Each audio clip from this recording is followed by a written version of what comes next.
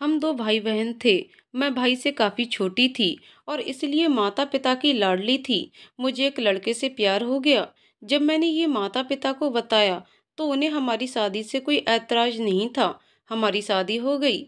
हम दोनों एक दूसरे को बेइंतहा मोहब्बत करते थे और हमारी शादीशुदा ज़िंदगी बहुत अच्छी चल रही थी। मैं दो बच्चों की माँ बन चुकी थी। फिर मैंने कुछ ऐसा देखा जिसे देखते ही मैं बेहोश होकर गिर गई, क्योंकि मेरे पति तो राजन और प्रिया उच्च मध्यवर्गीय परिवार के सफल दंपतियों में से एक हैं। 18 वर्ष पूर्व दोनों ने प्रेम विवाह किया था और आज दोनों बेटे आरब, जो कि 16 वर्ष का है, और बेटी ध्वनि, जो अभी 10 वर्ष की है, उनके योग्य माता पिता हैं। राजन बड़ी सी मल्टीनेशनल कंपनी का सीईओ है, तो पत्नी प्रिया एक सुघड़ हाउसवाइफ। घर में दो सदस्य और हैं जो राजन के माता पिता हैं। वो दोनों भी अपने बेटे और बहू से बहुत प्रसन्न हैं। और हो भी क्यों नहीं, आज के युग में माता पिता की हर बात मानने वाला बेटा और एक आवाज पर अपने सभी काम छोड़कर सास ससुर की सेवा करने वाली बहू भाग्यशाली व्यक्तियों को ही मिलती है। एक दिन प्रिया अपनी सहेलियों के साथ शॉपिंग पर गई थी कि अचानक उसकी एक सहेली पूजा ने कहा कि राजन किसी लड़की के साथ कॉस्मेटिक शॉप पर गया है। तुम भी पूजा क्या बोल रही हो? राजन इस वक्त यहाँ कैसे हो सकते हैं? आज उनकी बहुत इम्पोर्टेंट मीटिंग है। प्रिया ने आश्चर्य से बोला। नहीं प्रिया, मैं सच कह रही हूँ, मेरी आंखें धोखा नहीं खा सकती। प्रिया ने ज्यादा पूजा की बातों पर ध्यान नहीं दिया, क्योंकि उसे अपने पति पर पूरा भरोसा है। शाम को शॉपिंग कर घर पहुंचने के बाद प्रिया थक तो बहुत गई थी, चाहती थी कि थोड़ी देर आराम कर ले, लेकिन एक गृहिणी के जीवन में ये सुख कहाँ है। अगले ही पल घर वालों की फरमाइशें याद आते ही अपनी ड्यूटी पर हाजिर हो गई और लग गई अपने काम में। अपने सास ससुर और बच्चों को खाना खिलाकर उनकी जरूरत के सभी काम निपटाकर वो भी खाना खा लेती है, क्योंकि राजन अक्सर रात को देर से ही घर आता है और ज्यादातर बाहर से ही खाकर आता है। रात को तकरीबन 11:30 बजे राजन आता है। सर्वेंट दरवाजा खोलता है। प्रिया भी किचन में ही रहती है, तो खाने के बारे में पूछती है तो राजन खाकर आया हूँ कहकर सीधे कमरे में चला जाता है।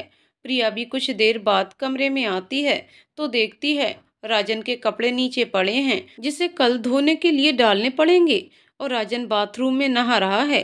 कपड़े चेक करते समय प्रिया को राजन की शर्ट की कॉलर के नीचे लिपस्टिक का निशान दिखता है और कपड़ों से भी लेडीज परफ्यूम की खुशबू आती है।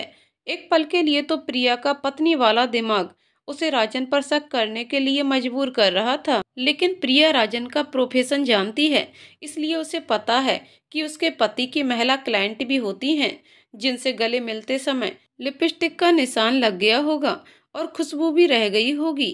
ऐसा नहीं है कि प्रिया पहले से ही इतनी समझदार थी। शुरू शुरू में दोनों के बीच इन्हीं सब चीजों को लेकर काफी समस्या उत्पन्न हुई थी, लेकिन राजन के सब कुछ साफ साफ बता देने के बाद अब प्रिया भी आश्वस्त हो चुकी है इन सब बातों से।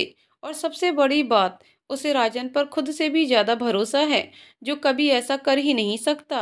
प्रिया यही सब सोच रही थी कि तभी राजन भी नहाकर आ गया था और प्रिया को पीछे से पकड़ लेता है। क्या बात है प्रिया, आज तो तुम बहुत सुंदर लग रही हो। लगता ही नहीं है कि तुम दो बच्चों की माँ हो। बस राजन, अब इतना भी झूठ मत बोलो। शरीर में जहां तहां बड़ी चर्बी ये साफ बताती है कि मैं दो बच्चों की माँ हूँ, लेकिन तुम अभी भी उतने ही फिट हो जितने कॉलेज में थे, और तुम अपने ही बच्चों के पापा नहीं बल्कि बड़े भाई लगते हो। मेरी नज़रों से खुद को देखो प्रिया, तो तुमसे ज्यादा सुंदर कोई भी नहीं दिखेगी। सच कह रहा हूँ प्रिया, आई लव यू। और प्रिया के गालों पर किसकर राजन गुड नाइट कहकर सोने चला जाता है। और प्रिया कुछ देर राजन की बातों को सोचकर हंसती है और खुद को आईने में देखती है। जब से मेनोपॉज शुरू हुआ है, शरीर थुलथुला होता जा रहा है, चेहरे की रौनक भी खत्म हो गई है, लेकिन पति की प्यार भरी बातें सुनकर सुकून बहुत मिला। और सच में जैसा राजन ने कहा, वो खुद को भी आज बहुत सुंदर लग रही थी। क्या बात है, आईने के पास खड़ी रहकर मेरी बीवी को नजर लगाने का इरादा है क्या मैडम? आओ और आकर सो जाओ। राजन ने कहा तो प्रिया भी बेड पर आकर लेट गई और नींद की आगोश में समा गई। आज सुबह से ही प्रिया बहुत व्यस्त है, क्योंकि दोपहर में उसे डॉक्टर के पास जाना है, तो उसने अपने सारे काम जल्दी जल्दी निपटा रही है। राजन को ऑफिस और बेटी को स्कूल भेजकर, सास ससुर को नाश्ता कराकर, दोपहर के खाने के लिए मेड को समझाकर तैयार होकर डॉक्टर के पास पहुंचती है। प्रिया जी, आपको अपने आप का ख्याल रखना चाहिए। थायराइड की टेबलेट मिस नहीं करनी चाहिए। ऊपर से मोनोपाज की समस्या है। लापरवाही करने से परिणाम बहुत बुरा हो सकता है। सॉरी डॉक्टर, काम में बिजी होने की वजह से दवाइयाँ मिस हो गईं। आइंदा ऐसा नहीं होगा। डॉक्टर से सब कुछ समझने के बाद प्रिया पार्किंग में गाड़ी के पास आती है तो उसे याद आता है कि अपना पर्स तो मैं डॉक्टर के केबिन में ही भूल आई हूँ। तो प्रिया फिर डॉक्टर के केबिन की तरफ जाने लगती है। वहां पहुंचने पर पता चलता है कि डॉक्टर अपनी दूसरी पेशेंट के साथ बिजी हैं, तो वो बाहर ही इंतजार करने लगती है। अंदर से आ रही आवाजें उसके कानों में पड़ती हैं। आवाज काफी जानी पहचानी सी लगती है। प्रिया को तभी अपनी सहेली का फोन आ जाता है और वह दूसरी तरफ मुंह करके बात करने लगती है। तब तक अंदर की पेशेंट बाहर निकल कर जाने लगती है। प्रिया उसका चेहरा देख लेती है, लेकिन दूसरी औरत उसे नहीं देख पाती है। प्रिया अंदर जाकर अपना पर्स लेती है और डॉक्टर से पूछती है, डॉक्टर, निशा को क्या हुआ है? तो डॉक्टर उसे बताती हैं कि वह प्रेग्नेंट है। डॉक्टर की बात सुनकर प्रिया आश्चर्य में पड़ जाती है। क्लिनिक से वापस लौटते हुए प्रिया निशा के बारे में सोचने लगती है। निशा राजन के ऑफिस में ही काम करती है। कई बार पार्टी वगैरह में मुलाकात हुई है। सुलझी हुई लड़की है, लेकिन अभी उसकी शादी नहीं हुई है और वह प्रेग्नेंट है। तो प्रिया को थोड़ा आश्चर्य हो रहा था। वैसे प्रिया इतनी नैरो माइंडेड नहीं है, लेकिन समाज की ऊंच नीच अच्छे से समझती है, इसलिए थोड़ी उलझन में थी। घर पहुंचते ही पता चलता है कि ध्वनि की ट्यूटर की जॉब लग जाने से वह दूसरे शहर में ट्रांसफर हो रही है। तो प्रिया की जिम्मेदारी में एक और काम जुड़ गया कि जब तक ध्वनि के लिए अच्छा ट्यूटर न मिल जाए, उसे ही अपनी बेटी को पढ़ाना होगा। वैसे बच्चों को पढ़ाना प्रिया के लिए कोई नई बात नहीं है। शादी से पहले प्रिया एक स्कूल में टीचिंग का ही काम करती थी। राजन अपने चचेरे भाई के बेटे की पीटीएम में गया था, तो वहीं उसकी मुलाकात प्रिया से हुई थी। फिर दोनों में प्रेम हुआ था और फिर शादी। राजन अपने माता पिता की इकलौती संतान था और अच्छी नौकरी होने के कारण प्रिया को खुद को पूरी तरह से परिवार को समर्पित करना पड़ा। सच कहें तो प्रिया अपने जीवन से खुश है। टीचिंग छोड़ने का उसे कोई अफसोस नहीं है। उसका ये शौक वो अपने बच्चों को पढ़ाकर पूरे कर लेती है। आज राजन 8 बजे ही ऑफिस से घर वापस आ गया था। अमूमन ऐसा होता नहीं है, लेकिन बच्चे, उसके माता पिता और प्रिया बहुत खुश हैं। राजन के घर जल्दी आने से ऐसा कभी कभार ही होता है कि राजन अपने परिवार के साथ डिनर करता हो। जब सब लोग साथ में डिनर कर रहे थे तो राजन अपने में ही खोया हुआ था। उसकी माँ बार बार सब्जी लेने को कह रही थी, तो अचानक से जैसे उसका ध्यान टूटा हो वैसे कहता है, हाँ माँ, आप कुछ कह रही थीं। हाँ बेटा, मटर पनीर तेरी पसंदीदा सब्जी है, इसलिए तुम्हें और लेने के लिए पूछ रही थी। नहीं माँ, तबीयत कुछ ठीक नहीं है, कहकर डिनर खत्म कर जब वो अपने कमरे में जाने लगा तो प्रिया ने पूछा कि क्या हुआ। तो राजन ने कहा कि कुछ नहीं, थोड़ा सर दर्द है, रेस्ट करूंगा तो ठीक हो जाएगा। प्रिया कहती है कि तुम चलो, मैं 5 मिनट में आती हूँ, सर की मालिश कर दूंगी तो अच्छी नींद आ जाएगी। ठीक है, कहकर राजन कमरे में चला जाता है।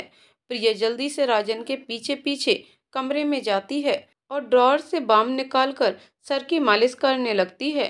थोड़ी देर मालिश होने के बाद जब राजन को अच्छा महसूस होता है तो प्रिया से कहता है, ओ मेरी प्यारी प्रिया, तुम्हारे हाथों में तो जादू है। तुम्हारा हाथ लगते ही सर दर्द गायब हो गया। और हाँ, आज क्लिनिक गई थी तो क्या हुआ? होगा क्या, सब ठीक था। और अपने दिनचर्या की सब बातें एक दूसरे से साझा कर दोनों नींद की आगोश में चले जाते हैं। रात को रात भर बारिश हुई थी, इसलिए सुबह बिल्कुल धुली धुली और साफ सुथरी लग रही थी। प्रिया को बारिश बहुत पसंद है। जब उसकी नई नई शादी हुई थी तब वह और राजन खूब साथ में भीगा करते थे। बारिश में यही सोच रही थी प्रिया। अब जिम्मेदारियां बढ़ने से कभी कभी ऐसा लगता है कि दोनों सिर्फ औपचारिकता निभाने के लिए ही एक दूसरे से प्यार दर्शाते हैं, वो भी इसलिए क्योंकि दोनों पति पत्नी हैं। प्रिया को घूमने का भी बहुत शौक था। दोनों एक साथ काफी घूमे भी हैं। ऐसा नहीं है कि अब घूमने नहीं जा सकते, लेकिन प्रिया का ही मन नहीं करता है। इसलिए राजन से कई बार इसी टॉपिक पर काफी मनमुटाव भी हो चुका है। आज रविवार है, इसलिए प्रिया ने थोड़ा सोचने का भी समय निकाल लिया है, वरना सप्ताह के 6 दिन उसके पास इतनी भी मोहलत कहाँ होती है कि वह कुछ सोच भी सके। आईने में खुद को निहार रही थी। क्या से क्या हो गई हूँ मैं। राजन कितनी बार कहते हैं ब्यूटी सैलून जाओ, अपने ऊपर थोड़ा ध्यान दो प्रिया, लेकिन मैं कैसे कहूँ कि मुझे फुर्सत कहाँ है खुद को संभालने की। और आप भी कहाँ पहले की तरह मेरी पल पल तारीफ करते हो, रात को देर से लौटते हो और सुबह जल्दीबाजी में ऑफिस चले जाते हो बिना मेरी तरफ देखे। फिर मैं खुद को क्यों संवारूं। बाहर अभी भी हल्की हल्की बूंदाबांदी हो रही है। प्रिया का मन कर रहा है कि वह खिड़की खोलकर आसमान से गिरती ठंडी ठंडी बूंदों को महसूस करे, लेकिन वो ऐसा नहीं करेगी क्योंकि एसी चल रही है और ऐसा करने से शायद राजन की नींद भी डिस्टर्ब हो जाए। बड़ी मुश्किल से तो वो चैन की नींद सिर्फ संडे को ही ले पाते हैं। अपने मन में इन ख्यालों को अपनी डायरी के साथ साझा कर रही है प्रिया। पहले वो नियमित रूप से हर रात अपनी डायरी लिखा करती थी, बचपन से ही, लेकिन अब कहाँ समय मिल पाता है डायरी लिखने के लिए भी। लेकिन मेरे जीवन में कितनी भी व्यस्तता क्यों ना आ जाए, मैं तुम्हें हमेशा प्यार करती रहूंगी। राजन आई लव यू। यही अंतिम वाक्य लिखकर प्रिया डायरी लिखना बंद करती है और उसे ड्रेसिंग टेबल के ड्रॉअर में रखती है। आज नाश्ते में प्रिया ने छोले भटूरे बनाए हैं। सास ससुर और बच्चों ने तो बहुत तारीफ की और खुश होकर नाश्ता किया, लेकिन राजन अधमने तरीके से नाश्ता कर रहा था। प्रिया ने पूछा, राजन नाश्ता क्यों नहीं कर रहे हो, कुछ और बना दूं क्या। ओ प्रिया, मुझे अभी ऑफिस जाना होगा, अभी ही मैसेज आया है, इसलिए गुस्सा आ रहा है। आधा नाश्ता कर राजन रेडी होने चला जाता है। प्रिया नाश्ता कर ही रही थी कि तभी उसका मोबाइल बजा, जिसमें धोनी की ट्यूटर का नंबर फ्लैश हुआ। प्रिया कॉल उठाती है। Hello hello Priya ji. जी मैम कहिए। नमस्ते प्रिया जी। नमस्ते मैम। जब मैं कल आपके घर आई थी तो धोनी के स्टडी टेबल पर मैं एक अपना व्हाइट कलर का एनवेलप भूल गई हूँ। प्लीज आप उसे मेरे पास भिजवा देंगी, बहुत इम्पोर्टेंट डॉक्यूमेंट है। मैं लेने आ जाती, लेकिन समय नहीं है बिल्कुल भी। जी मैम, मुझे एनवेलप मिल गया है, आप फिक्र मत कीजिए, मैं भिजवा दूंगी। जी thank you.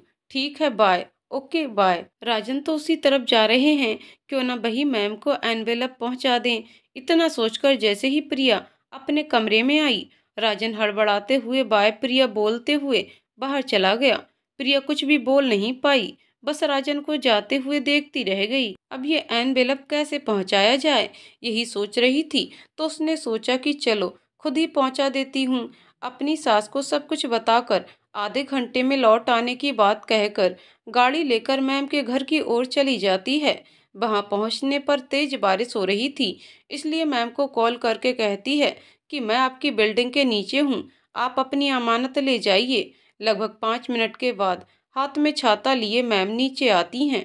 Sorry Priya ji, आपको बहुत तकलीफ दी। तकलीफ क्या है, लीजिए आप अपनी अमानत। हंसते हुए प्रिया कहती है और दोनों हंसने लगती हैं। ठीक है मैम, बाय, बहुत काम है घर में, चलती हूँ। जी ठीक है, बाय। जब प्रिया अपनी गाड़ी जाने के लिए स्टार्ट कर ही रही थी कि तभी उसने राजन को किसी लड़की के साथ गाड़ी में जाते हुए देखा। लड़की ने अपना चेहरा स्कार्फ से ढका हुआ था।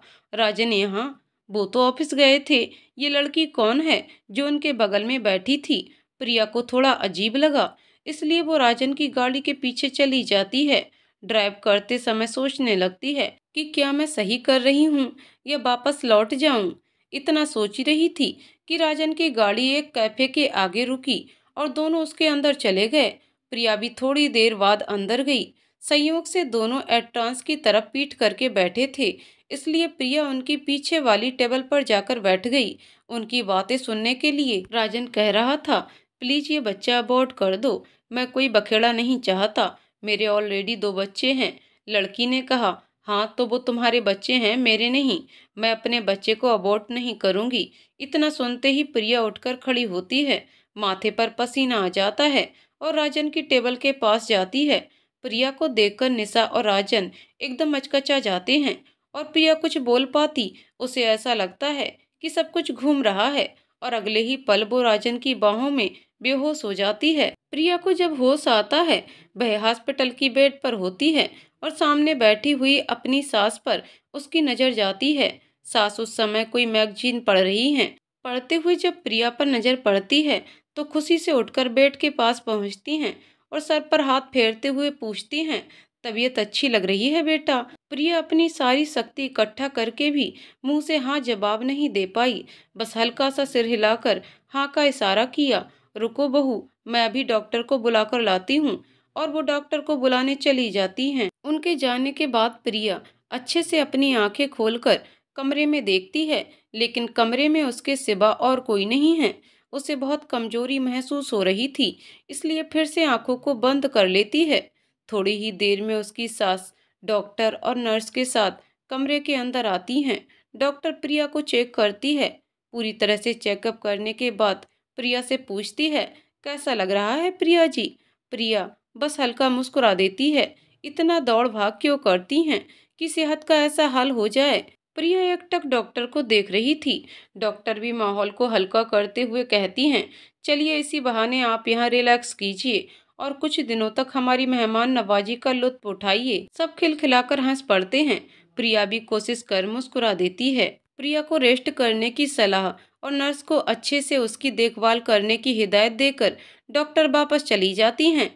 प्रिया की सास भी शाम होने के कारण घर जाने के लिए अपना हैंडबैग उठाते हुए बोलती हैं, बहू ठीक से आराम करना, कुछ चाहिए हो तो नर्स को बताना, अब मैं घर चलती हूँ। घर की सारी जिम्मेदारी मेरे ही सर पर है।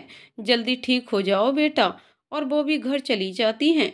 शरीर तो कमजोर है, लेकिन प्रिया का दिमाग अभी भी दुरुस्त है। होश में आने के बाद से ही उसकी नजरें सिर्फ राजन को ही ढूंढ रही थीं। रात को दवाओं के असर से उसे इतनी गहरी नींद आती है कि सुबह 8 बजे नर्स के उठाने पर ही आंखें खुलती हैं। सुबह से दोपहर हो चुकी है, लेकिन प्रिया से कोई भी घर से अभी तक मिलने नहीं आया है। आज प्रिया को थोड़ा अच्छा महसूस हो रहा है तो टेबल पर रखे अपने फोन को उठाती है और लेटकर उसे अनलॉक करते समय उसकी नज़र आज की डेट पर पड़ती है, 18 तारीख। इसका मतलब मैं पूरे एक दिन बेहोश थी और सोचने लगती है, पता नहीं मेरे बगैर घर पर सब कैसे मैनेज हो रहा होगा। बच्चे, मम्मी पापा और राजन कितने परेशान होंगे। यही सब सोच रही थी कि तभी कमरे का दरवाजा खुलता है और उसके दोनों बच्चे कमरे के अंदर आते हैं और अपनी माँ को जोर से गले लगाते हुए कहते हैं, we miss you so much mama, जल्दी से ठीक होकर घर आ जाओ। तभी राजन भी कमरे में एंटर करता है और बच्चों को प्रिया को जोर से पकड़े हुए देखकर उन्हें समझाते हुए कहता है, मम्मा अभी बहुत वीक है, जब ठीक हो जाए तब प्यार करते रहना। बच्चे भी अपने पापा की बात मानकर प्रिया से अलग होते हैं और चेयर पर आकर बैठते हैं और पिछले दिनों उनके साथ क्या हुआ ये सब बताने लगते हैं। प्रिया बच्चों की बातें सुनते हुए राजन को देखती है तो राजन नजरें नीचे किए हुए बैठा होता है और आधे घंटे के बाद डॉक्टर से मिलकर सब कुछ समझकर बच्चों को लेकर घर वापस चला जाता है। उन लोगों के वापस जाने के बाद वो सोचती है, बच्चों की तरह गले लगाने की उम्मीद तो उसे राजन से भी थी, लेकिन सोची हुई बात हमेशा पूरी हो जाए ऐसा जरूरी तो नहीं। एक हफ्ते बाद प्रिया डिस्चार्ज होकर अपने घर वापस आ जाती है।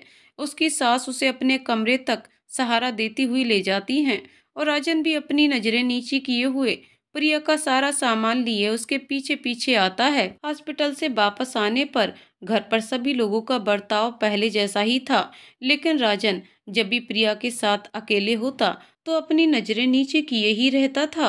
कुछ दिन बीतने के बाद अब प्रिया की सेहत में भी काफी सुधार हो चुका था।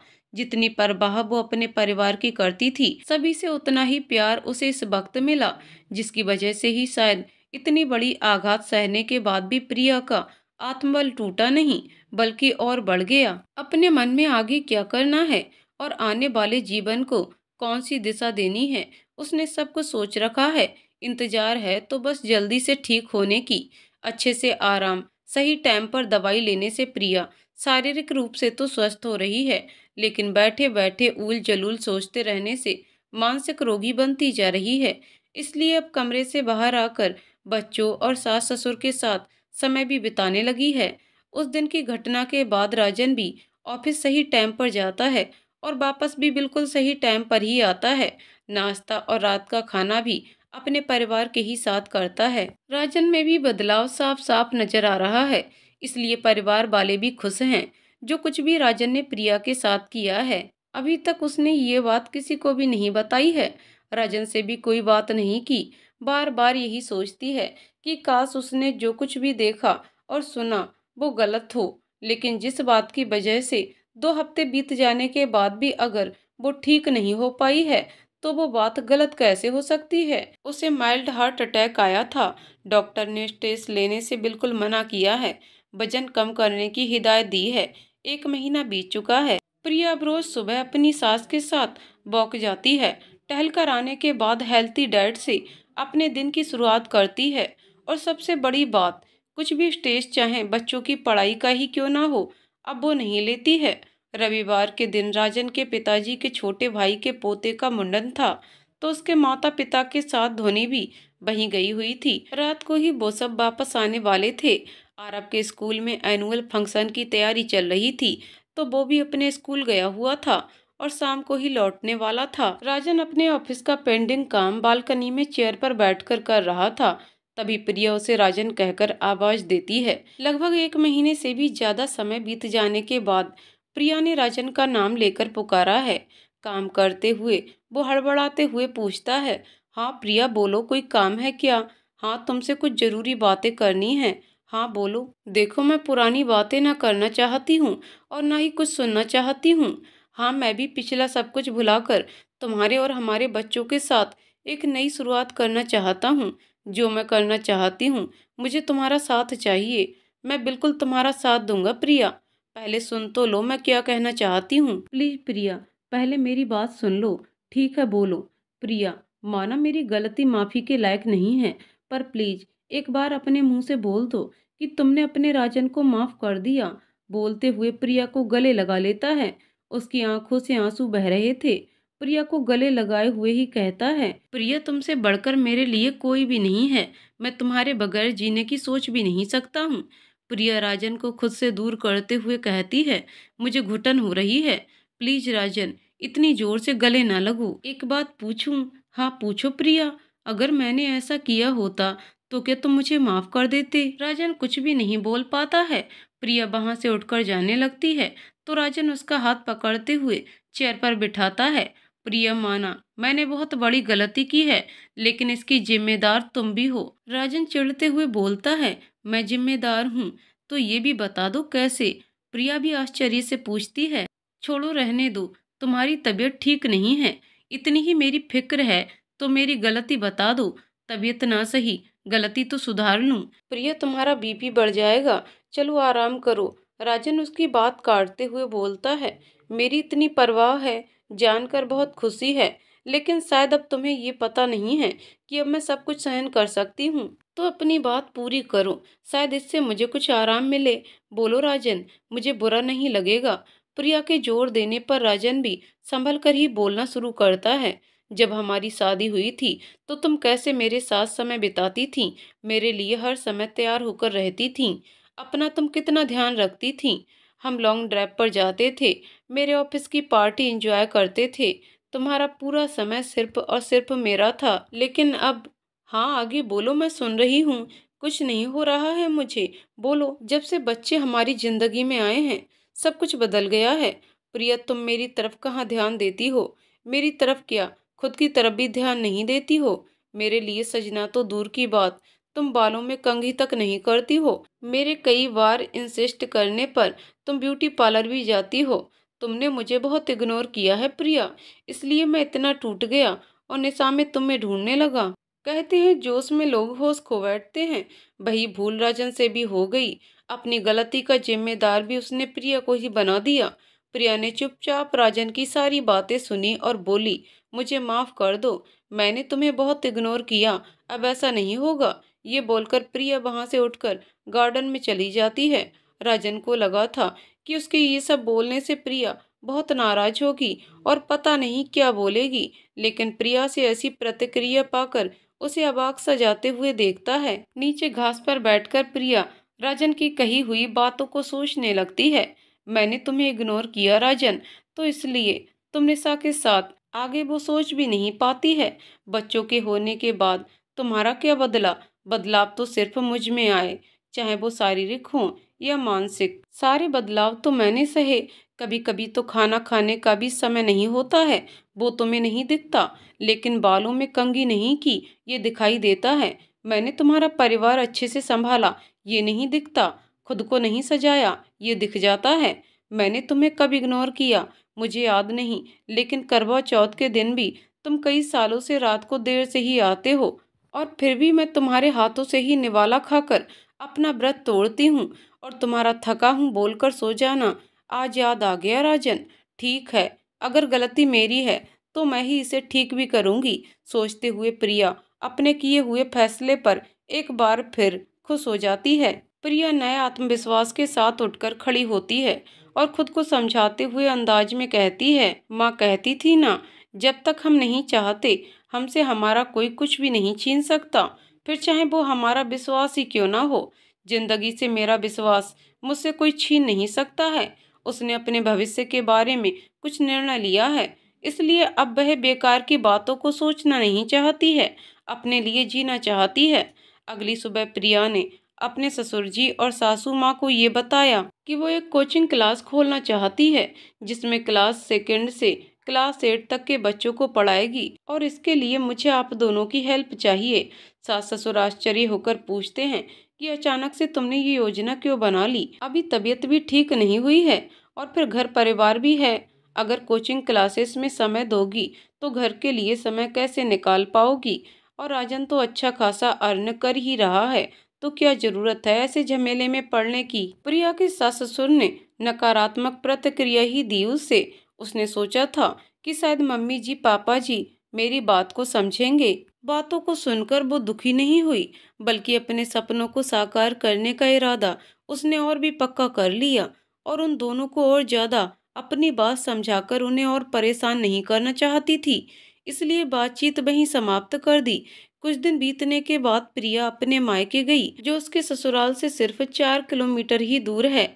अपने माता पिता के मृत्यु के 2 साल के बाद प्रिया आज पहली बार आ पाई है, क्योंकि घर के कामकाज से उसे फुर्सत ही नहीं मिलती थी, और मम्मी पापा के जाने के बाद उसका उस घर में मन भी नहीं लगता था, इसलिए प्रिया यहाँ नहीं आती थी।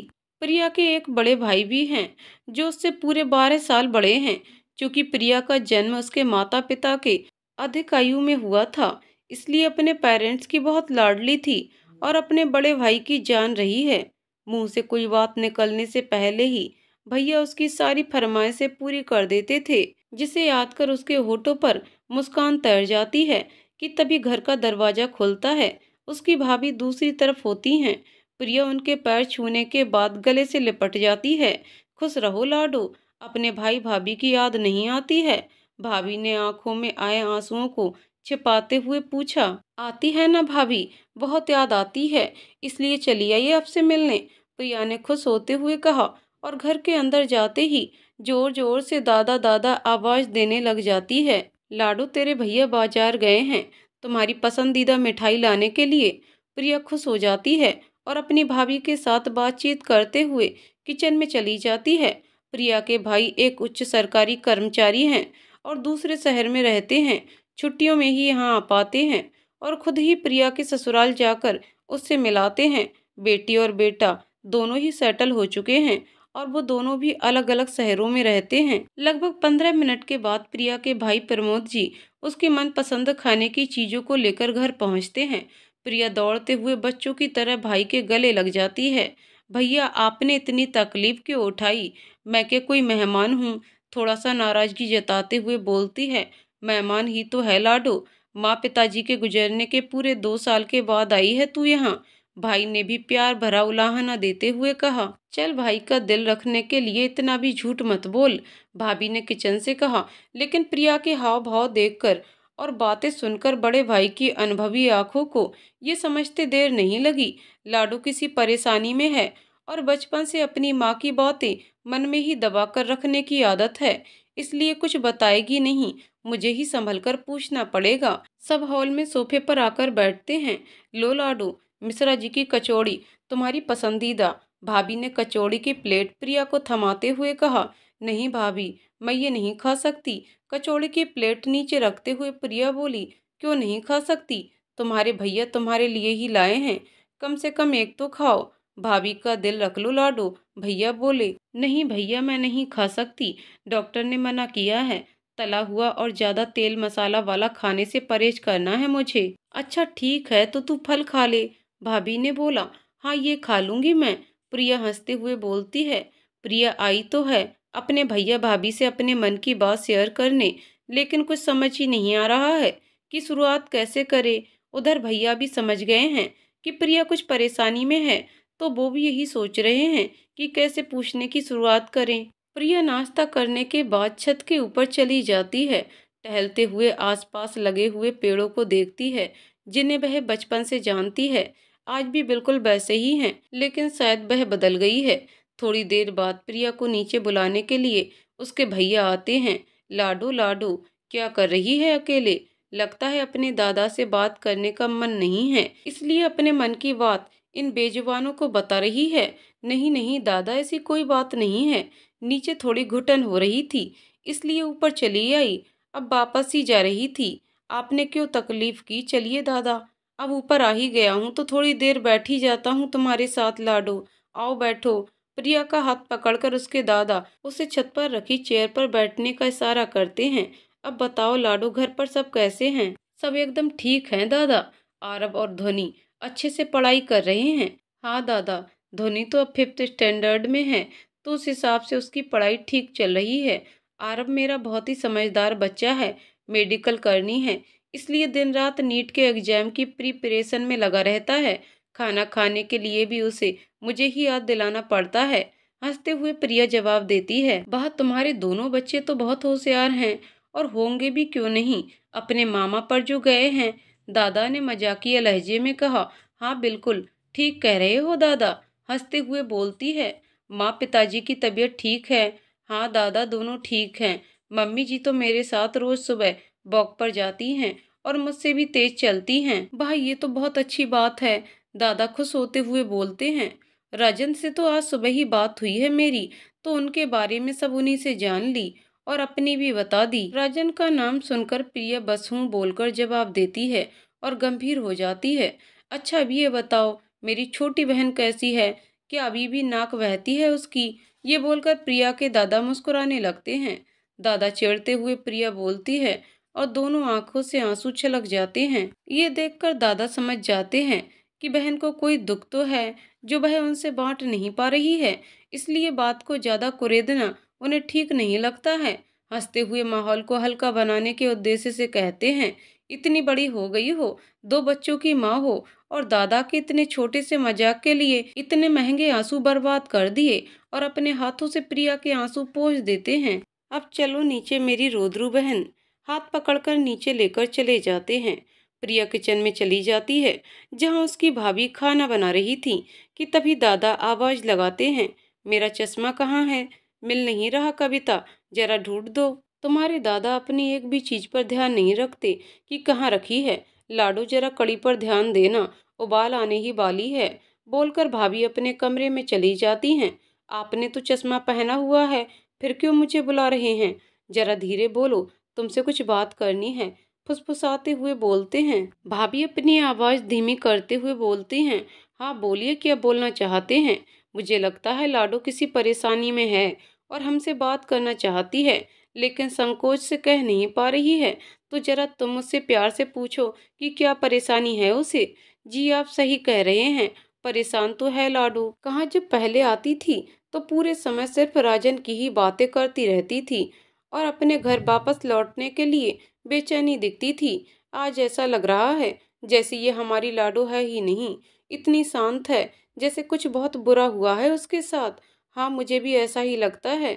अच्छा जाओ अब लाडो के पास। जी जाती हूँ, आप फिक्र मत कीजिए, मैं सब संभाल लूंगी। भाभी किचन में वापस आती हैं और देखती हैं कि कड़ी में उबाल आने ही वाला है और प्रिया खोई हुई सी खड़ी है। लाडो ध्यान कहाँ है तुम्हारा, बोलकर गैस की आंच धीमी कर देती है। प्रिया हड़बड़ा जाती है और उसे देखकर भाभी सोचने लगती हैं, कैसे जानूं तुम्हारी तकलीफ लाडो, और उदास होकर कड़ी को देखने लगती हैं। दोपहर में प्रिया अपनी भाभी के साथ कमरे में बैठी हुई थी। भाभी ने पूछा। बहुत देर से देख रही हूँ लाडो, जैसे तुम हमसे कुछ कहना चाहती हो। बोल दो जो भी बोलना है, मन में कोई बात नहीं रखनी चाहिए, अपनों से साझा कर लेनी चाहिए।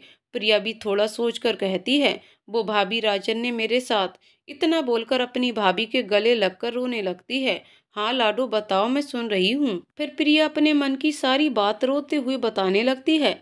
भाभी की आंखों से भी लगातार आंसू बहे जा रहे थे। बाहर दरवाजे के पीछे खड़े भैया भी रो रहे हैं और सारी बातें सुन रहे हैं। अपने मन की बात अपनी भाभी को बताकर प्रिया भी उनकी गोद में सर रखकर सुबक रही है। भाभी उसके आंसू पोंछते हुए कहती हैं, लाडो तुम किस मिट्टी की बनी हो? इतने दिनों से ये बात अपने मन में छुपाकर खुद बीमार हो गई, लेकिन हमें कुछ नहीं बताया। कैसे सहा तुमने अकेले इतना बड़ा दर्द? भैया भी कमरे के अंदर आ जाते हैं और अपनी पत्नी के बगल में बैठ जाते हैं। अपनी बहन के बालों को सहलाते हुए बोलते हैं, चुप हो जा लाडो, ना रो, और उसके आंसू पोंछते हैं। प्रिया भी उठकर बैठ जाती है। दादा मैं नहीं रो रही, लेकिन ये आंसू ही नहीं रुक रहे हैं। क्या मेरी बहन इतनी कमजोर है जो इन आंसुओं से हार जाए? और उसके आंसुओं को हाथों से पोंछते हैं। काफी देर तक सब चुप थे। चुप्पी तोड़ते हुए भैया बोलते हैं, तो लाडो आगे के लिए तुमने क्या सोचा है? दादा मैंने जो सोचा है उसमें आपका साथ चाहिए। हाँ बोलो तो सही, मैं हर परिस्थिति में तुम्हारा साथ दूंगा। दादा मैं आर्थिक रूप से सक्षम होना चाहती हूँ। अपने कोचिंग क्लास की योजना अपने दादा को बताने लगती है। आइडिया तो बहुत बढ़िया है। राजन और घर के सभी लोगों से बात कर ली है तुमने? मम्मी पापा जी से तो कर ली है, राजन से करना ही नहीं चाहती। मम्मी पापा जी ने साफ साफ मना कर दिया है, लेकिन इस बार मैं उनकी सुनना नहीं चाहती। दादा दोनों मुझसे नाराज हो जाएं चलेगा, लेकिन राजन की सच्चाई बताकर मैं उन्हें टूटते हुए नहीं देख पाऊंगी। राजन से डिवोर्स नहीं लूंगी, क्योंकि बच्चों पर बुरा असर होगा हमारे अलग होने से, लेकिन साथ भी मैं नहीं रह पाऊंगी राजन के। इसलिए खुद को बिजी करना चाहती हूँ, अपने पैरों पर फिर से खड़ा होना चाहती हूँ। कि आप दोनों मेरा साथ दोगे? हम बिल्कुल तुम्हारा साथ देंगे लाडो। दोनों एक साथ बोल उठते हैं। कोचिंग क्लास के लिए जगह ढूंढी है तुमने? नहीं दादा, उसके लिए ही तो आपसे मिलने आई हूँ। अपने दोस्त मोहन भैया से बात करवा दीजिए ना। रेंट पर कोई प्रॉपर्टी मिल जाएगी तो बहुत अच्छा होगा। प्रिया रेंट का चक्कर छोड़ो, मेरी बात सुनो। हमारे घर पर ही तुम कोचिंग क्लास की शुरुआत करो। वैसे भी हम लोग साल में एक बार ही आ पाते हैं, वो भी घर को देखने के उद्देश्य से ही। रिटायरमेंट के बाद तो हम दोनों अपने बेटे के साथ ही पुणे में रहने वाले हैं। तुम यहाँ रहोगी तो हमें कोई फिक्र ही नहीं रहेगी। बोलो क्या चाहती हो लाडो, मना मत करना। अपने दादा के प्रस्ताव को मानने के अलावा उसके पास दूसरा कोई विकल्प नहीं है, इसलिए राजी हो जाती है। ठीक है लाडो, एक दो दिन में मैं तुम्हें फोन करूंगा। कारपेंटर और इलेक्ट्रीशियन से भी तुम मिल लेना और जैसा तुम चाहो काम करवा लेना। ठीक है दादा बोलते हुए प्रिया भाभी के गले लगकर अपनी कार में बैठकर अपने घर रवाना हो जाती है। घर पहुंचने पर सास पूछती हैं, आज बड़ी देर कर दी बहू, कहाँ रह गई थी? वो माँ जी कुछ काम था इसलिए देर हो गई, जवाब देकर अपने काम निपटाने लगती है। अब प्रिया रोज सुबह अपने काम निपटा कर अपने मायके चली जाती है, जहाँ कोचिंग क्लास की जरूरतों के हिसाब से सभी काम करवा रही है। शाम को थकी हुई घर वापस लौटती है और बच्चों और सास ससुर की जरूरतों को पूरा कर रात को सो जाती है। रोज उसका यही दिनचर्या हो गया है। एक दिन रविवार को जब राजन घर पर था और पिया घर से बाहर, तब उसकी सास ने अपने बेटे से कहा कि बेटा कुछ पता है तुम्हें, बहू आजकल कहाँ गायब रहती है? रोज तुम्हारे जाने के बाद चली जाती है और शाम को वापस लौटती है। देखो आज भी तुम्हें और बच्चों को छोड़कर चली गई है। नहीं माँ, मुझे तो कुछ नहीं पता। हाँ तुम्हें कैसे पता होगा, दिन भर तो इस लैपटॉप में आंखें गड़ाए रहता है। कल ही मैंने बहू को बालाजी मंदिर के पास किसी आदमी के साथ देखा था। मेरा काम बताना था, अब तुझे जो करना है कर, बोलकर उसकी माँ दंदनाते हुए अपनी सहेली के घर हो रहे कीर्तन में चली जाती है। माँ की बातें सुनकर राजन परेशान हो जाता है, अजीब अजीब बातें सोचने लगता है और फिर प्रिया को फोन लगाता है। दो बार पूरी रिंग बजने पर भी वह फोन नहीं उठाती है। पहले कभी प्रिया ने ऐसा नहीं किया है। कॉल नहीं उठा पाती है तो तुरंत ही कॉल बैक करती है, लेकिन एक घंटे से ऊपर हो जाने के बाद भी ऐसा कुछ नहीं हुआ है। प्रिया अपना फोन मायके में ही भूल गई है। प्रिंट वाले के यहाँ पंपलेट छपवाने गई है। अपने दादा के साथ। घर वापस आकर भाभी से बोलती है, दादा ने हेल्प की तो सारे काम आसानी से निपट गए। बस अब अच्छे टीचर्स मिल जाएं तो सब बढ़िया हो जाएगा। हाँ, वह भी हो जाएगा। तुम्हारा नया नंबर मैंने टीचर्स को विज्ञापन पर दे दिया है। शायद कल से उनके कॉल आने लगे। तुम इंटरव्यू लेकर उन्हें सिलेक्ट कर लेना। जी दादा, बहुत बहुत थैंक यू। आपने तो मेरे सारे काम ही कर दिए। अच्छा, अब घर चलती हूँ। बच्चों से मैंने प्रॉमिस किया है, आज उन्हें पिज्जा बनाकर खिलाऊंगी, तो चलती हूँ। ठीक है लाडू, अच्छे से जाना, भाभी बोलती हैं। प्रिया घर पहुँचती है। राजन पूछता है, इतनी क्या बिजी हो गई थी जो मेरे 4 मिस्ड कॉल भी नहीं देख पाई? और इतनी देर तुम कहाँ थी प्रिया? कुछ जरूरी काम था? राजन, बाद में बताऊंगी। प्रिया फ्रेश होकर बच्चों के लिए पिज्जा बनाती है। कुछ मेल आए हुए थे, उन्हें चेक कर रिप्लाई करती है और आराम से सो जाती है। प्रिया के हाव भाव देखकर राजन को बड़ा आश्चर्य हो रहा है और सोचता है, ये तो कभी ऐसी नहीं थी। हमेशा खुद से पहले दूसरों के बारे में सोचती थी, अब ऐसे बर्ताव क्यों कर रही है? सोचते हुए सो जाता है। सुबह अखबार में विज्ञापन पढ़ने के बाद प्रिया का फोन बार बार बज रहा था, क्योंकि लोग कोचिंग क्लास में पार्ट टाइम जॉब का अवसर पाना चाहते हैं। इसलिए प्रिया बार बार एकांत में जाकर जवाब दे रही है। राजन ये सब नोटिस कर रहा है, क्यों प्रिया को सुबह सुबह इतना कॉल आ रहा है और हमारे सामने बात क्यों नहीं कर रही है। कुछ पूछना चाहता है प्रिया से, लेकिन वो अपना बैग उठाकर बाहर चली जाती है। 2-3 दिनों की मेहनत के बाद 5 अच्छे टीचर्स प्रिया ने अपने कोचिंग क्लास के लिए सिलेक्ट कर लिए हैं, जिनमें 4 महिलाएं हैं जो 30-35 वर्ष की आयु के बीच हैं, हाउस वाइफ हैं। चूंकि क्लासेस सिर्फ 4 ही घंटे चलेगी, दोपहर 3 से 7, इसलिए उतना समय अपनी गृहस्थी से निकाल लेना इनके लिए आसान है और साथ में इनकम भी हो जाए तो नुकसान क्या है। 5वें टीचर एक 22 वर्षीय युवक है जो एक स्टूडेंट है। अपने जेब खर्च के लिए उन्होंने प्रिया की कोचिंग क्लास ज्वाइन की है। नाम है आदित्य। जनाब बड़े हंसमुख स्वभाव के हैं और सारे काम बड़ी खुशी खुशी करते हैं। कुछ भी बोलो बुरा नहीं मानते हैं, सबकी मदद करते रहते हैं। प्रिया भी उसके साथ काफी हिलमिल गई है, अपने बेटे के समान ही उसे मानती है। उसकी मेहनत रंग लाई है और शुरुआत में 50 बच्चों ने एडमिशन लिया है। अगले रविवार को प्रिया ने अपने कोचिंग के उद्घाटन का प्रोग्राम रखा है और एक छोटी सी पूजा भी रखी है। सारी व्यवस्था कर वह अपने घर पहुंचती है और रात के खाने के समय सबको अपने कोचिंग की खुशखबरी सुनाती है। सास ससुर तो बिल्कुल खुश नहीं हैं। राजन भी बस खुश होने का दिखावा कर रहा है, लेकिन बच्चे बहुत खुश हैं। कोचिंग के उद्घाटन का दिन आ चुका है। प्रिया के घर वाले भी आए हुए हैं। सब अच्छे से निपट गया है, लेकिन सासू माँ को आदित्य का व्यवहार अच्छा नहीं लग रहा था, क्योंकि सारे काम वही कर रहा था और उनकी बहू भी काफी हंसकर उससे बातें कर रही थी, तो उन्हें बहुत बुरा लग रहा था। प्रिया की कोचिंग क्लास अच्छी रफ्तार से चल पड़ी है। 4 महीने में ही 300 से ज्यादा स्टूडेंट हो गए हैं। टीचिंग स्टाफ की संख्या में भी बढ़ोतरी हुई है, लेकिन उसके कोचिंग का सबसे शानदार टीचर आदित्य ही है। उसकी मेहनत से ही इतने कम समय में कोचिंग का इतना नाम और सम्मान बढ़ा है। प्रिया का अब ज्यादा समय अपने कोचिंग क्लास में ही बीतता है। सुबह नाश्ते और लंच की व्यवस्था कर वह यहाँ आ जाती है और रात को 8 बज जाते हैं उसे घर वापस लौटते। जीवन में व्यस्तता और अधिक बढ़ गई है, लेकिन अपना पसंदीदा काम करके वह आजकल बहुत खुश रहती है। अपने सारे गमों को भुलाकर प्यारे प्यारे बच्चों से बातें कर उन्हें अच्छी सीख देकर वह बहुत खुश है। सब कुछ अच्छे से चल रहा है। व्यवहारिक जीवन बहुत खुशहाल है, लेकिन पारिवारिक जीवन शायद बदहाल होता जा रहा है। प्रिया सब समझ रही है, लेकिन कुछ कर नहीं सकती है। राजन फिर पहले की तरह ही ऑफिस में ज्यादा समय बिताने लगा है। दोनों के रिश्ते में दरार बढ़ती ही जा रही है। बच्चों की खातिर ही साथ हैं दोनों। बच्चे ही दोनों के रिश्ते की आखिरी गांठ हैं। सास ससुर तो हमेशा मुंह फुलाए ही रहते हैं। बहू की तरक्की उन्हें बिल्कुल भी रास नहीं आ रही है। सास ने तो प्रिया के चरित्र को अपने मन में मलिन कर रखा है, बस शब्दों से कहना शेष है। आदित्य का प्रिया के कोचिंग क्लास में पढ़ाना उन्हें बिल्कुल पसंद नहीं है। रात को राजन शराब पीकर घर आया है। प्रिया किचन में है। आज सब काम निपटाने में बड़ी देर हो गई है। लड़खड़ाते कदमों से राजन अपने कमरे में जाता है। प्रिया को आभास हो चुका है कि उसने शराब पी हुई है। अपने कमरे में जाकर राजन बेड पर लेट जाता है। प्रिया कमरे के अंदर आती है। खाना लाऊं तुम्हारे लिए? नहीं, खाकर आया हूँ। उसके जूते उतारने लगती है। रहने दो, मैं कर लूंगा। मदहोशी में राजन ने कहा। प्रिया जूते उतार देती है। आंखें खोलने की कोशिश करते हुए राजन कहता है, और कितनी सजा दोगी मुझे? माफ क्यों नहीं कर देती हो? मेरे साथ रहकर भी इतनी दूर क्यों हो मुझसे?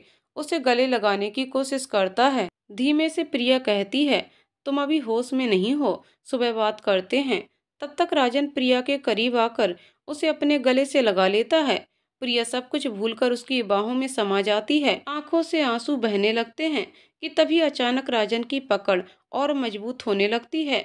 नशे में राजन प्रिया के गालों पर अपने प्यार की छाप छोड़ चुका है, अब उसके होठों की तरफ बढ़ रहा है। तभी अचानक से प्रिया उसे अपने से अलग करती है। राजन और जोर से उसे पकड़ता है और उसे बेड पर सुला देता है। अंत में प्रिया भी हारकर राजन के प्यार में समर्पित हो जाती है। महीनों बाद आज दोनों पति पत्नी चैन की नींद सोए हैं। सुबह मुस्कुराते हुए प्रिया जब बेड से उठने लगती है, तब राजन नींद में ही उसका हाथ पकड़ते हुए कहता है, कहाँ जा रही हो निशा? प्लीज यहीं मेरे पास रहो ना। फिर एक बार प्रिया को राजन द्वारा छले जाने का एहसास होता है। खैर, इस बार जो कुछ भी हुआ उसमें उसकी मर्जी भी शामिल थी। जज्बातों में बहकर अपने पति का प्यार पा तो लिया, लेकिन वो तो सिर्फ सपना था। हकीकत तो आंखें खोलते ही पता चल गया। प्रिया नहाने के लिए बाथरूम में चली जाती है। शावर के नीचे अपने आंसुओं को बहने दे रही है। जब वो नहाकर बाहर आती है तो राजन उठा हुआ रहता है। प्रिया उसके तरफ बिना देखे ही रेडी होने लगती है। तभी राजन आकर उसे पीछे से पकड़ लेता है और उसके गाल पर किस करते हुए कहता है, थैंक यू प्रिया, मुझे माफ करने के लिए। प्रिया अपने गाल को टॉवल से साफ करते हुए बोलती है, सॉरी राजन। तुम क्यों सॉरी कह रही हो? चौंकते हुए राजन पूछता है, वो कल रात तुम नशे में थे और मैंने तुम्हारा फायदा उठाकर अपनी दैहिक जरूरत पूरी की। तुमने फायदा कहाँ उठाया प्रिया? हमारे बीच जो कुछ भी हुआ उसमें मेरी मर्जी भी थी, इतना भी नशे में नहीं था मैं। राजन ने सफाई देते हुए कहा, नहीं तुम थे नशे में, सॉरी मुझे माफ कर दो। तुम कैसी बात कर रही हो प्रिया? मुझे सब अच्छे से याद है, तुमने मेरा फायदा नहीं उठाया है। नहीं राजन, तुम नींद में भी निशा का नाम लिए जा रहे थे और फिर भी मैंने तुम्हारे साथ, सॉरी, आगे से ऐसा नहीं होगा। प्रिया ने अपनी आंखों में आए आंसुओं को पोंछकर उसे घूरते हुए कहा, एक बार फिर तुमने मुझे धोखा दिया। राजन भी अपनी भूल समझ गया और बाथरूम में नहाने के लिए चला गया। प्रिया का मन बहुत उदास था, फिर भी नाश्ता तैयार कर सबको खिलाकर अपनी बेटी ध्वनि के साथ उसके स्कूल पीटीएम के लिए पहुंचती है। ध्वनि की क्लास टीचर उसकी बहुत तारीफ करती हैं। प्रिया को भी उसकी पढ़ाई पर ध्यान देने के लिए बधाई देती हैं। स्कूल से निकलकर प्रिया कोचिंग जा रही है। अब वह थोड़ी ठीक है। सुबह से उसका चेहरा उतरा हुआ था, लेकिन बच्चों की वजह से उसे खुशी मिल ही जाती है। प्रिया के दोनों बच्चे उसके जीवन में जब से आए हैं, उसे तब से किसी भी चीज की कमी का एहसास ही नहीं होता है। अगर परेशान भी होती है तो बच्चों के लिए हमेशा खुश रहने की ही कोशिश में लगी रहती है। कोचिंग क्लास के सारे काम खत्म कर घर आती है। सबको खाना खिलाकर बच्चों को सुलाकर अपने कमरे में जाती है। 1 बज गए हैं, लेकिन राजन अभी तक नहीं आया है। प्रिया ऊँघते हुए उसी का इंतजार कर रही है। उसे कुछ जरूरी बातें करनी हैं। लगभग आधे घंटे के बाद कमरे का दरवाजा खुलता है और राजन अंदर आता है। प्रिया को आहट मिलती है तो चौंक कर जागती है। आ गए, तुमसे कुछ बात करनी है। राजन शर्माते हुए कहता है, बोलो, पहले बैठो, बैठकर कहो क्या कहना है। राजन, मुझे आजाद कर दो। मतलब यही कि मैं अब और नहीं सह सकती। प्लीज मुझे डिवोर्स दे दो। मुझे माफ नहीं कर सकती हो, बस एक चांस दे दो। कोई गलती नहीं करूंगा, तुम्हें शिकायत का कोई मौका नहीं दूंगा। Please Priya, sorry. प्लीज राजन, ऐसा मत बोलो। मैंने तुम्हें माफ कर दिया है। अगर माफ कर दिया है तो डिवोर्स की बात क्यों कर रही हो? माफी तुम्हें मैंने दिल को तोड़ने के लिए दी है, लेकिन तुमने जो मेरे स्वाभिमान को मारा है उसके लिए तुम्हें कभी माफ नहीं करूंगी। एक बार बच्चों के बारे में सोचो प्रिया, उनकी क्या गलती है? वो इन सबके बीच पिस जाएंगे। उनके बारे में सोच लिया है, दोनों मेरे साथ रहेंगे और तुम्हें मैं आजाद करती हूँ। अब निशा के साथ छुपकर अफेयर करने की कोई जरूरत नहीं है, उससे शादी कर लेना। माँ पिताजी क्या कहेंगे? कुछ तो सोचो। सब सोच और समझ कर ही बोल रही हूँ। कुछ नहीं बचा हमारे रिश्ते में, इसे खत्म कर देना ही अच्छा है। प्लीज राजन, मेरे बारे में भी तो कुछ तो सोचो। प्यार तो करते नहीं हो, क्या मुझ पर दया भी नहीं आती? मैं खत्म हो रही हूँ, जो बच्चा है उसे रहने दो, मुझे आजाद कर दो। ठीक है प्रिया, जो तुम्हें चाहिए मैं दे दूंगा, लेकिन बदले में मुझे भी कुछ चाहिए। क्या चाहिए? तुम्हारी माफ़ी। कर दिया तुम्हें माफ़। ठीक है, तुम्हें भी मुझसे आज़ादी मिल जाएगी, बोलकर राजन बाथरूम में फ्रेश होने चला जाता है। अगले दिन दोनों अपने अपने कामों पर जाते हैं। शाम को राजन जल्दी आ गया है। प्रिया भी किचन के काम निपटा रही है। प्रिया अपने कमरे में आती है तो राजन कहता है, सारी तैयारियां कर ली हैं, मैंने तुम्हारी आज़ादी की। थैंक यू, प्रिया बोलती है। सुन लो, कहो। राजन प्रिया के पास आकर बैठता है। मैंने लॉयर से बात कर ली है, डिवोर्स पेपर जल्दी ही बन जाएंगे। बस हमें ये बात माँ पिताजी और बच्चों से छुपानी होगी। तुम और बच्चे इसी घर में रहेंगे। मैं माँ पिताजी को अपने साथ बेंगलुरु लेकर चला जाऊंगा। मैं वहीं शिफ्ट हो रहा हूँ। 2-3 महीने मुझे वहाँ सेटल होने में लग जाएंगे। तब तक माँ पिताजी यहीं तुम्हारे साथ रहेंगे। फिर मैं उन्हें अपने साथ लेकर चला जाऊंगा। लेकिन हमें ये नाटक करना होगा कि हम साथ हैं, और काम की वजह से मैं दूसरे शहर सेटल हुआ हूँ और तुम अपने काम और बच्चों की पढ़ाई के लिए यहीं रहोगी। राज बेंगलोर में अपने काम को व्यवस्थित कर 3 महीने बाद दिल्ली लौटता है।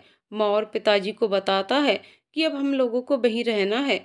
बच्चे और प्रिया यहीं रहेंगे क्योंकि बच्चों की पढ़ाई के लिए उन्हें यहीं अपनी माँ के साथ रहना पड़ेगा। राजन की माँ ध्यान से सारी बातें सुनती है, फिर बोलती है, अकेले बहू और बच्चों के बगैर हम कैसे रह सकते हैं? उन्हें भी अपने साथ ले चलो, वरना हमें भी यहीं रहने दो। प्रिया भी किचन से उनकी बातें सुन रही थी। बाहर आकर उसने कहा, नहीं माँ जी, बच्चे यहाँ अच्छे से सेटल हैं। अनजान जगह जाने में कहीं वो डिस्टर्ब ना हो जाएं, इसलिए उनका यहीं रहना ठीक होगा। और मैं तो हूँ ही उनके साथ। आप और राजन बिल्कुल चिंता ना करें, मैं सब संभाल लूंगी। इसी बात की तो चिंता है बहू कि तुम बच्चों के साथ रहोगी। मतलब माँ जी, अब मतलब जाने भी दो। आप बता दीजिए, क्या चिंता होगी अगर बच्चे मेरे साथ रहेंगे? मेरा मुंह मत खुलवाओ, जाने दो बहू। नहीं माँ जी, आप बता सकती हैं, मैं सुन लूंगी। मतलब यही है कि तुमने ही मेरे बेटे को ऐसी ऊल जलूल आइडिया दिया होगा हम लोग दूसरे शहर चले जाएं और तुम यहाँ अपनी मर्जी का करो। अपनी मर्जी की मैं क्या करूँगी माँ जी? प्रिया चौंकते हुए पूछती है। जो तुम अभी कर रही हो, सासू माँ चिढ़ते हुए बोलती है।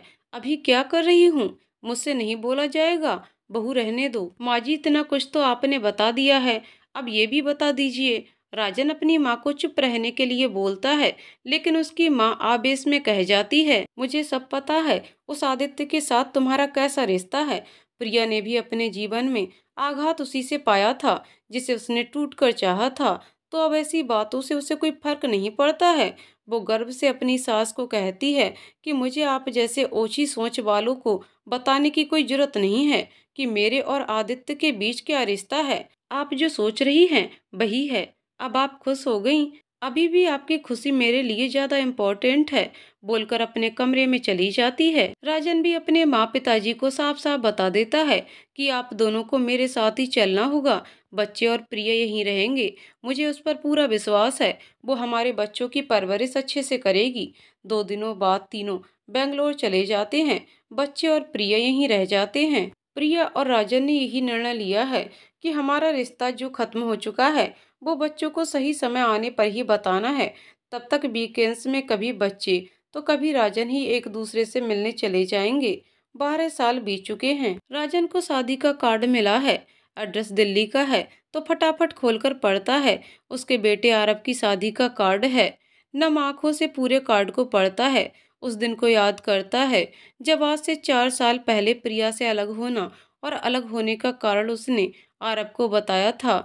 तब वह इतना नाराज हुआ था कि आपने मेरी मम्मा के साथ ऐसा कैसे किया? जवाब दीजिए। और राजन के पास कोई जवाब नहीं था। उस दिन से लेकर आज तक दोनों में कोई बातचीत नहीं हुई है। लगता है ये कार्ड भी प्रिया ने ही भेजा है। बेटी ध्वनि भी अपने पिता से बात नहीं करती है। उसका यही मानना है, जब आपने मम्मा जैसी प्यार करने वाली पत्नी को धोखा दे दिया तो आप पर कोई कैसे भरोसा कर सकता है। पापा मम्मा का दुख आपको तब महसूस होगा जब कोई आपकी बेटी के साथ ऐसा करेगा। तब अपनी बेटी के मुंह पर हाथ रख दिया था राजन ने, लेकिन ऐसा सोचकर भी वो कांप गया था। ये सारी बातें वो सोच ही रहा था कि तभी अपनी पीठ पर अपनी माँ का स्पर्श उसे महसूस होता है। क्या देख रहे हो बेटे? माँ, हमारे आरब की शादी है। प्रिया ने कार्ड भेजा है, हम सभी को बुलाया है। आप चलोगी? हाँ, मैं जरूर चलूंगी अपने पोते की शादी में। खुश होते हुए कहती हैं, दिल्ली, आरव की हल्दी की रस्म चल रही है।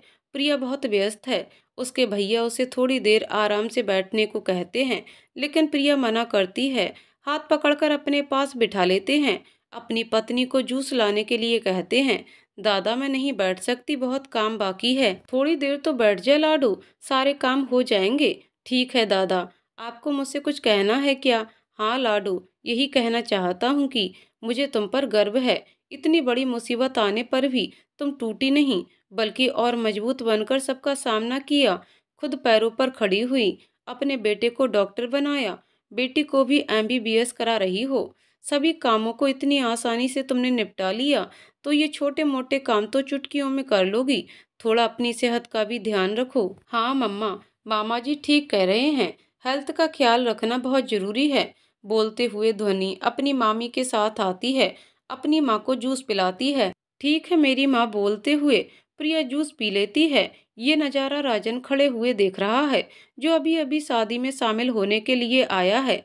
काश अपने बच्चों का प्यार मेरे नसीब में भी होता, पर मैंने सब कुछ अपने हाथों से ही बर्बाद कर दिया। राजन, तुम कब आए?